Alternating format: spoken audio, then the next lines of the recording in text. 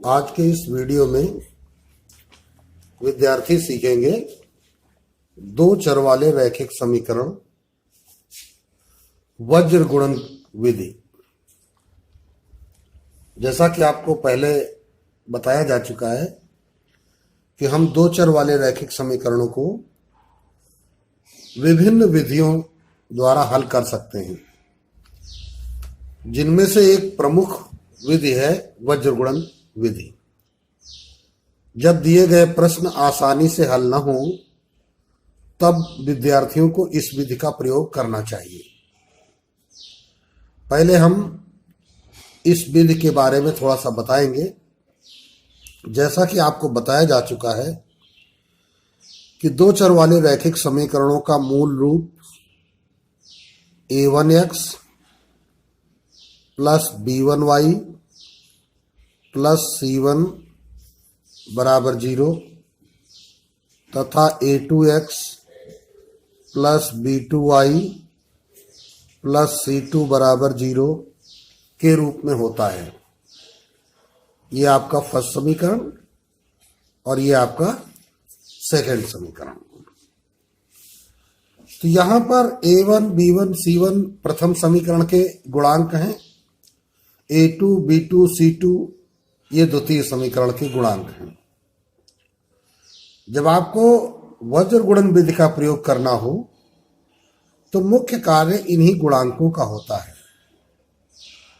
सबसे पहले आप गुणांकों को उनके व्यवस्थित क्रम में लिखते हैं जब कोई प्रश्न हल करते हैं।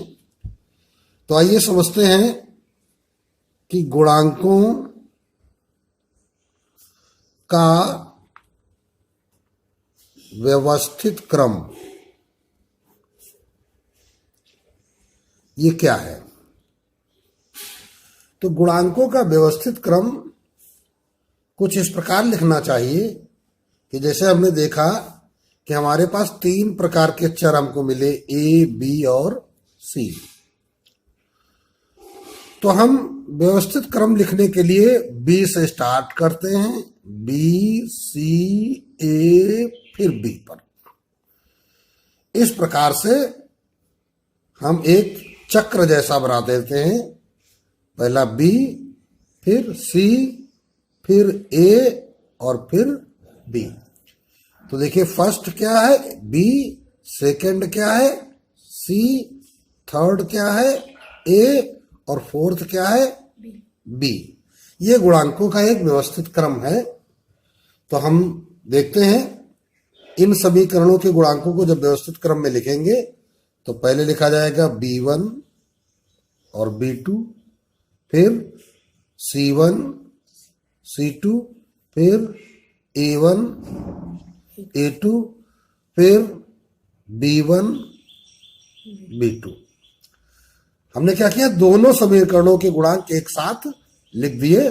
कैसा लिखा है, उनके व्यवस्थित क्रम में। फिर इस ग्रुप के ऊपर हम यहां लिखते हैं x, इस ग्रुप के ऊपर हम लिखते हैं y और इस ग्रुप के ऊपर लिखते हैं 1। ये x के लिए है, ये y के लिए है और ये 1 के लिए है, अर्थात अचर के लिए। फिर इसके बाद होती है वज्र गुणन क्रिया। फिर इसके बाद क्या होती है, वज्र गुणन क्रिया द्वारा। तो जो वज्र गुणन क्रिया होती है उसके द्वारा क्या रिजल्ट प्राप्त होता है, ध्यान से विद्यार्थी देखें। प्रथम एक जो y गुणांक है जिसको आप b1 कहे थे, b1 का गुणा c2 से, तो क्या हो जाएगा b1 c2। फिर b2 का गुणा c1 से, b2 का गुणा c1 से। विद्यार्थियों को ध्यान रखना है कि पहले b1 का गुणा c2 से, फिर इसके बाद b2 का गुणा c1 से और बीच में अंतर का चिन्ह। ये वैल्यू आती है x अपॉन, इसको इस प्रकार लिखते हैं x upon B1C2 minus B2C1 बराबर इसी प्रकार y अपॉन पहले गुणा C1 का A2 से और पुनः गुणा C2 का A1 से और इनका अंतर। फिर इसके बाद 1 अपॉन A1 का गुणा B2 से और A2 का गुणा B1 से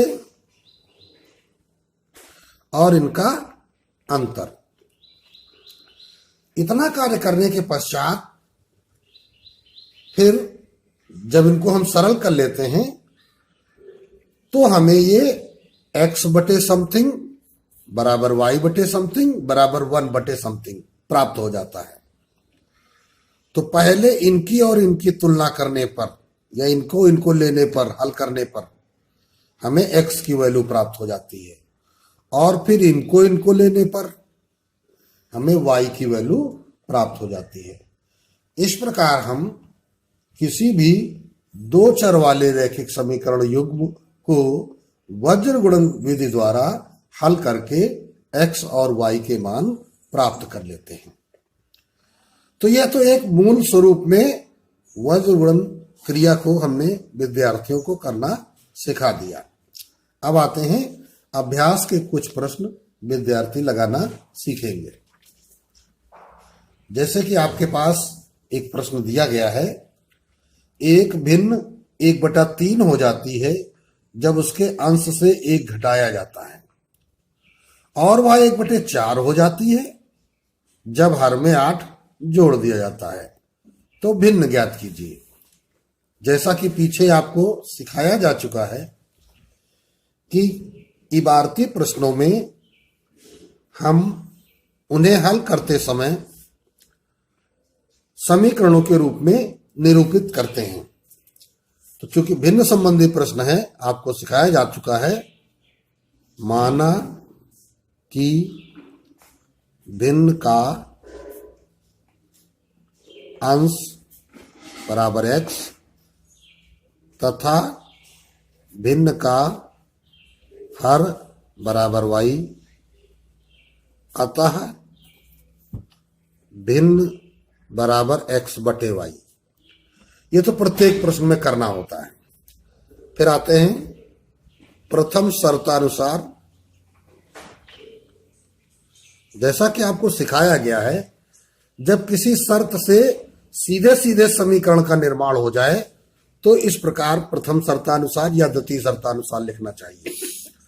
जब हमें शर्त से तैयारी करनी हो और बाद में समीकरण बनाना हो तो फिर वहां हेडिंग डालते हैं प्रथम शर्त। यहां लिखा गया भिन्न 1/3 हो जाती है। तो भिन्न थी कितनी? x बटे y। प्रश्न कह रहा है ये x बटे y कितना हो जाता है? 1/3 हो जाता है। कब? जब उसके अंश से 1 घटाया जाता है। सॉरी, जब उसके अंश से 1 घटाया जाता है। अंश से 1 घटाया जाता है तो फिर क्या हो जाती है? वो 1/3 हो जाती है। 1/3 हो जाती है। तो ये पहली इक्वेशन हो गई।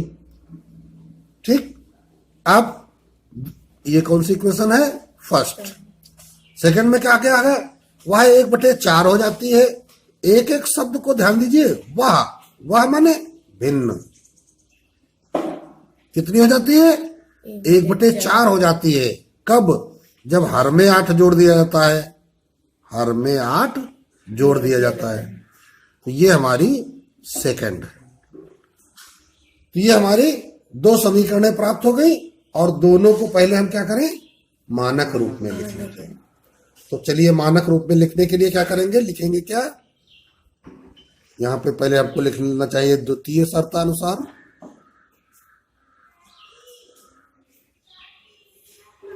क्योंकि द्वितीय शर्तानुसार दूसरी समीकरण बनी थी। तो लिखेंगे क्या? दोनों समीकरणों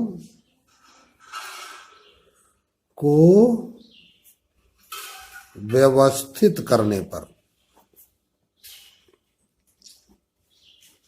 समीकरण सही ढंग से व्यवस्थित कर लें।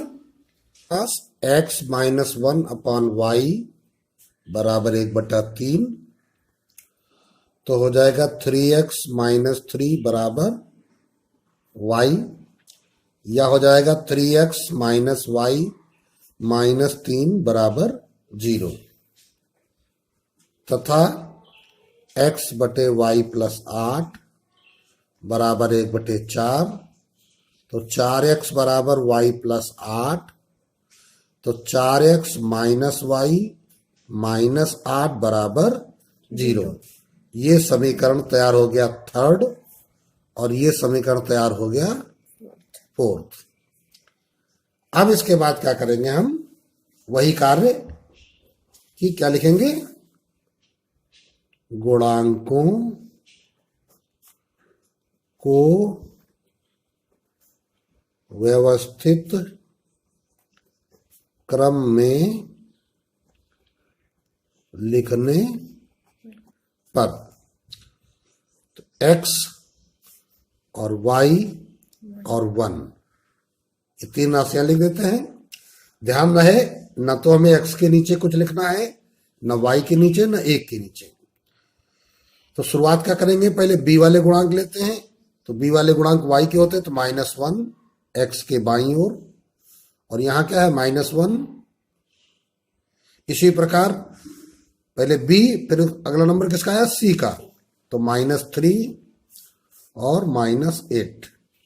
फिर a का नंबर आया 3 और 4, 3 4। फिर b का नंबर आया -1 -1। तो इस प्रकार ये गुणांकों का व्यवस्थित क्रम हो गया। आप क्या करते लिखे हैं, वज्र गुणन क्रिया द्वारा। तो वज्र गुणन क्रिया क्या कहती है, x अपान पहले ये गुणा क्या लिखेंगे, -1 इंटू -8, एक डिब्बे में कर दो।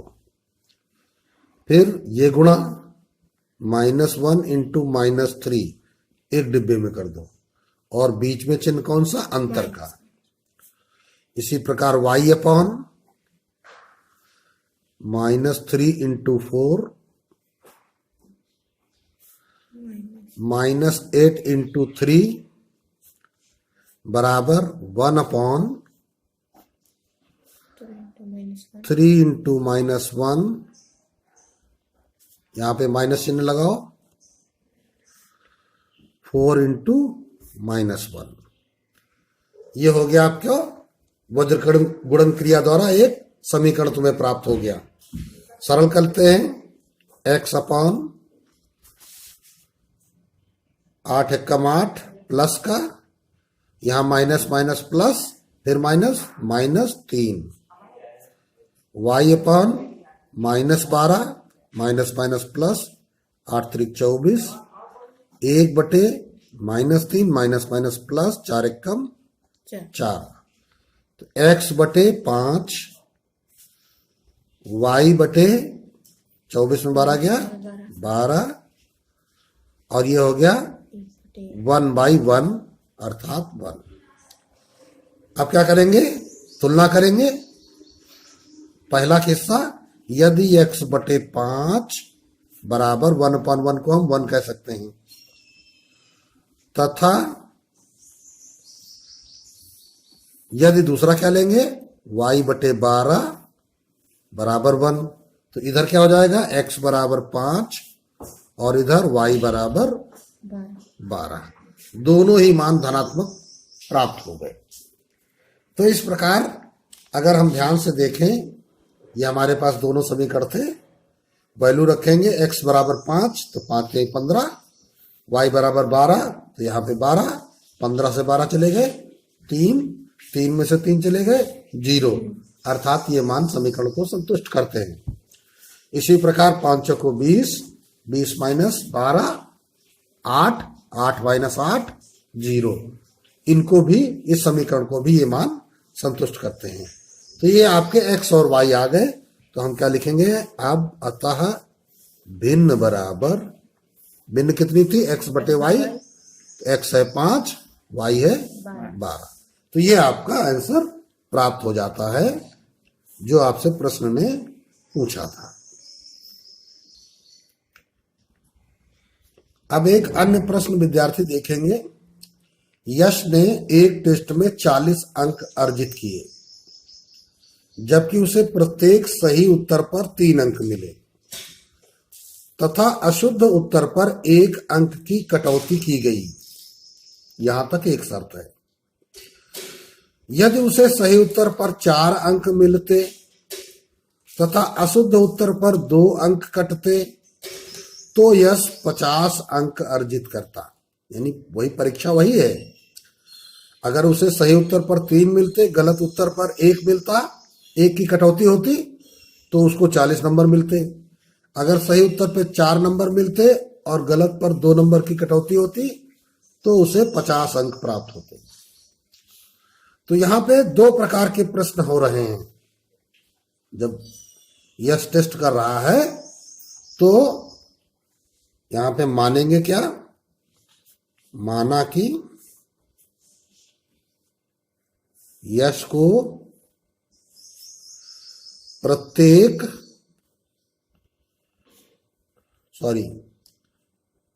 एस ने सही प्रश्न किए, सही प्रश्न हल किए बराबर एक्स, मतलब उसने एक्स प्रश्नों को सही तरीके से हल किया तथा यहां पे बल्कि हमको लिखना चाहिए प्रश्नों के सही हल किए। विद्यार्थी इसको सुधार लेंगे। तथा प्रश्नों के अशुद्ध उत्तर, जैसा कि प्रश्न में लिखा है ना, अशुद्ध उत्तर दिए वाई प्रश्नों के अशुद्ध उत्तर दिए। यहां पे लिख लेना सही उत्तर दिए एक्स प्रश्नों के। तो एक्स और वाई क्या है? ये प्रश्नों की संख्या है।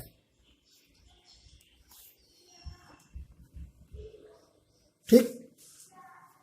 अब प्रथम शर्तानुसार अब देखो उसको क्या है एक्स प्रश्न उसने सही किए थे और एक प्रश्न पर एक सही उत्तर पर कितने मिले थे? 3। तो एक्स सही उत्तरों पर, एक्स प्रश्नों के सही उत्तर लिखेंगे तो 3x, ठीक है ना। फिर उसके बाद 1 अंक की कटौती हुई एक प्रश्न पर और y प्रश्न उसने गलत किए थे तो कटौती कितनी हो जाएगी? 1y। कटौती को हम कहते हैं माइनस। सही नंबर मिले इतने सही उत्तरों पर और गलत उत्तरों पर इतनी हो गई कटौती। और जब इसको पूरा सरल करेंगे तो हमें नंबर मिलेंगे कितने? 40। यहां लगेगा बराबर, ये बन गई इक्वेशन नंबर फर्स्ट। तो हम सीधे समीकरण बनाए हैं तो यहां लिख देंगे शर्तानुसार। इसी प्रकार द्वितीय शर्तानुसार। फिर क्या हुआ? सही उत्तर पर 4 नंबर मिले तो x प्रश्नों के सही उत्तर दिए गए तो 4x। गलत पर 2 नंबर कटे, y प्रश्न गलत थे तो 2y नंबर कट गए। इतने नंबर मिले, इतने कट गए, मतलब घट गए। तो बचे कितने? 50 अंक। ये हमारा इक्वेशन नंबर सेकंड हो गया। अब सही ढंग से अगर में लिखोगे या ऐसे ही इस प्रश्न को हल करना हम बताएंगे। जब आपके ये अचर पद दाएं पक्ष में, हालांकि अभी तुमको सिखाया हमने कि वज्र गुणन क्रिया करने के लिए ये जो अचर पद होता है ये बाएं पक्ष में होना चाहिए। तो ऐसे भी हल कर सकते हैं।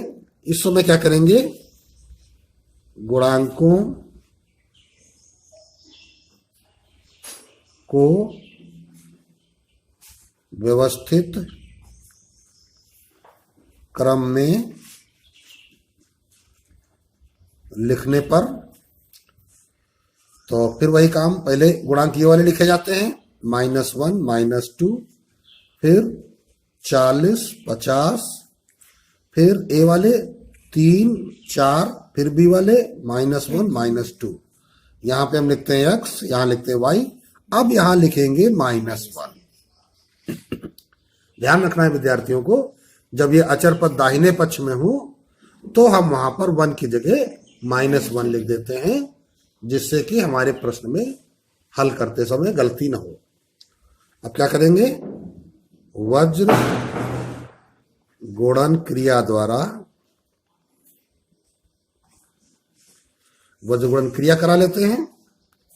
x अपान -1 इंटू 50 माइनस, पहले ये गुणा किया गया था, फिर -2 गुणित 40 बराबर y बटे 40 गुणित 4 माइनस 50 गुणित 3 बराबर -1 बटे 3 गुणित -2 माइनस